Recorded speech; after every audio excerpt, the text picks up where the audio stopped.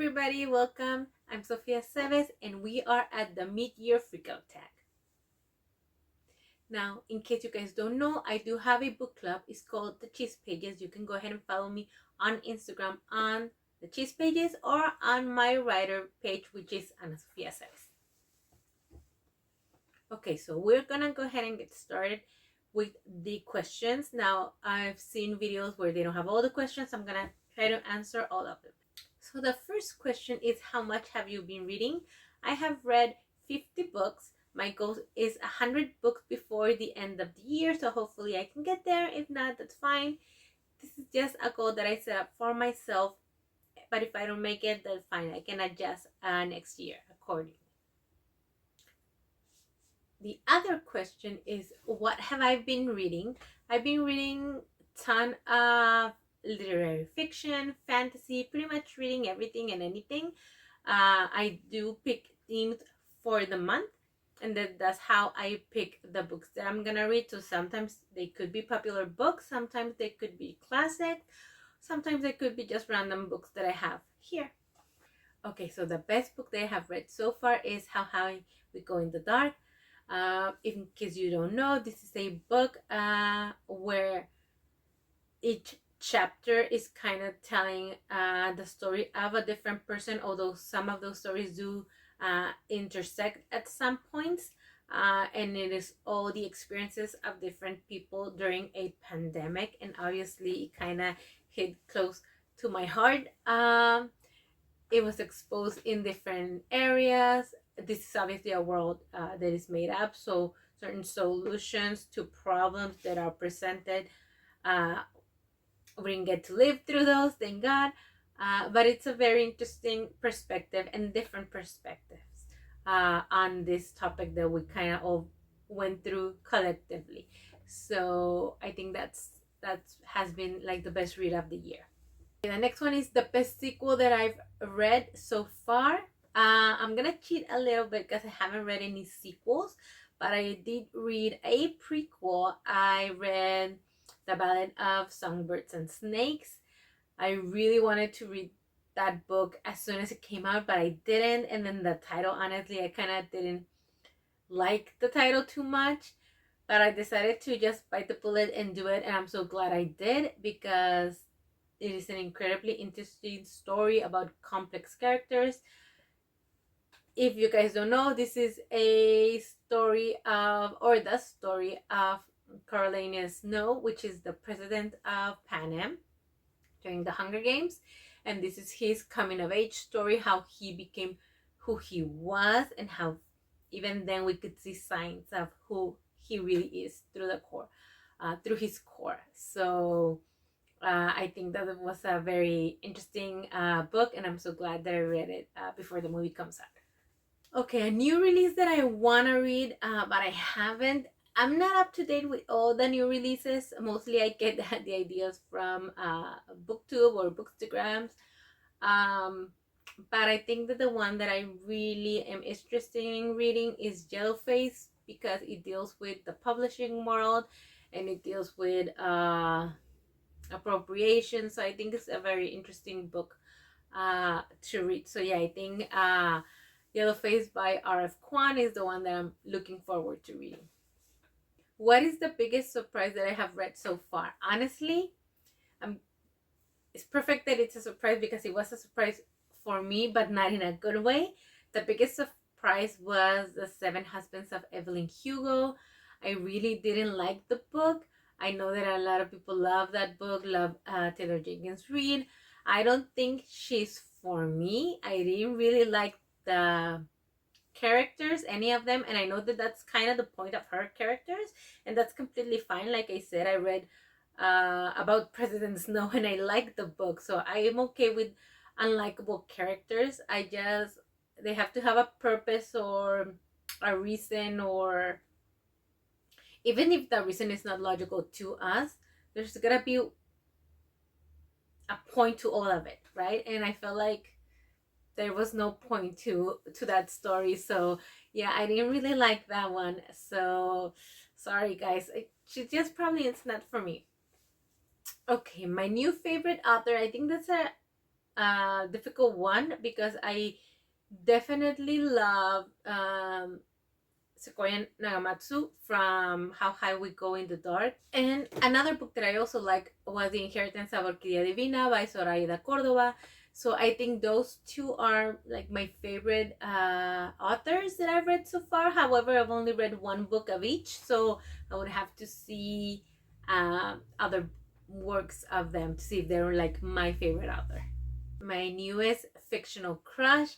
Honestly, I don't get those often, so mine is not gonna be a new one. I kept thinking about who it might be, and honestly, like the last fictional crush that I had was Pita, and that's it. No one new has come and taken his place, so I think it's still gonna be Pita for me.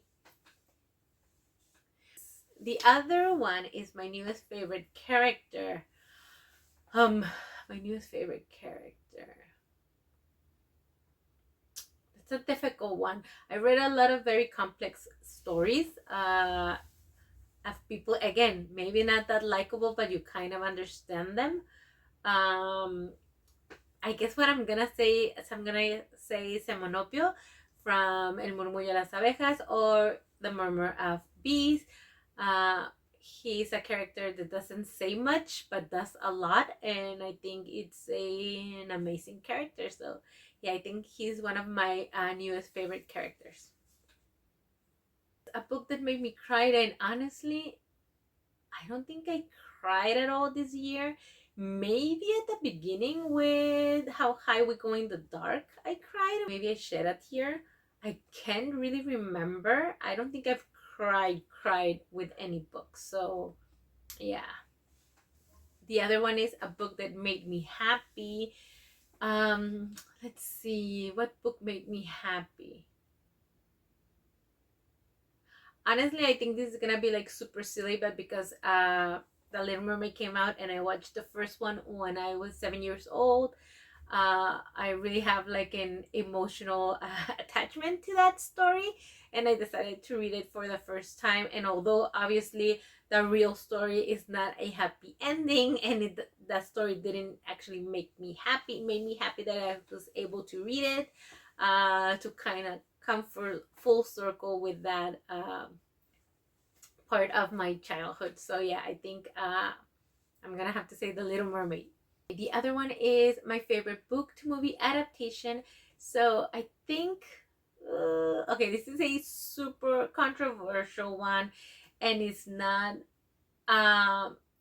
because it's great.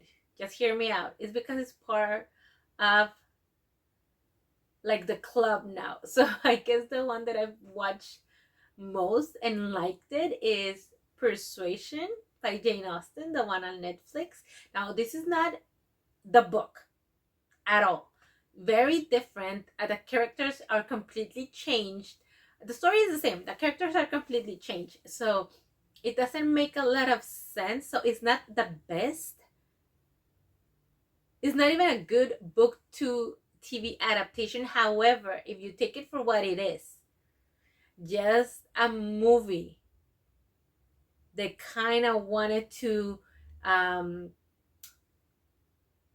go on the ride of Bridgerton, that's why I kind of like it. If you just kind of take the book out of it and you can just enjoy it, it's fun. It's because I know the source material. I don't care. I have other adaptations, or I have the book that I can go to for accuracy in the story and the characters.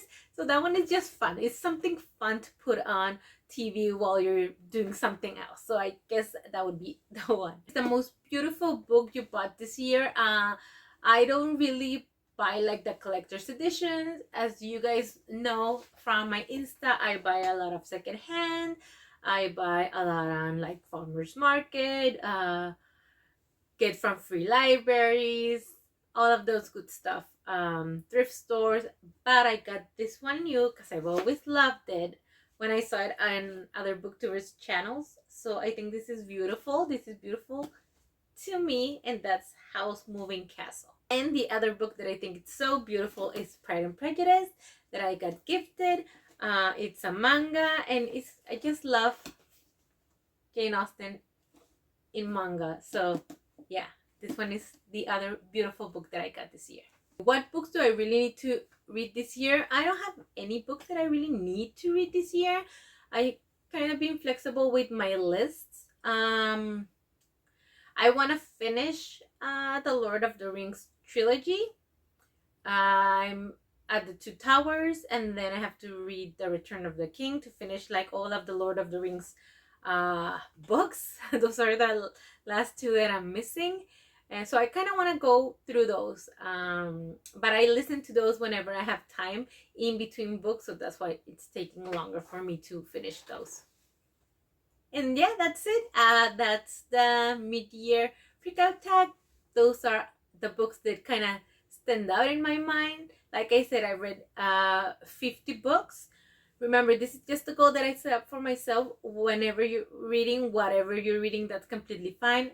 Some months I've been able to read 10 books. Some months I was barely able to read 4. So remember, it's no competition. As long as we're reading, we are all winning.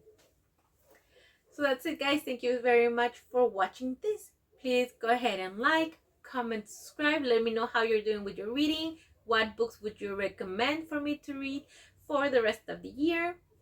And go ahead and also follow me on my other social media. And if you want to go ahead and follow me on Patreon and support me there and make these videos happen, I would greatly appreciate it. Just go ahead and click on the link below. So thank you very much, and I will see you next time. Bye.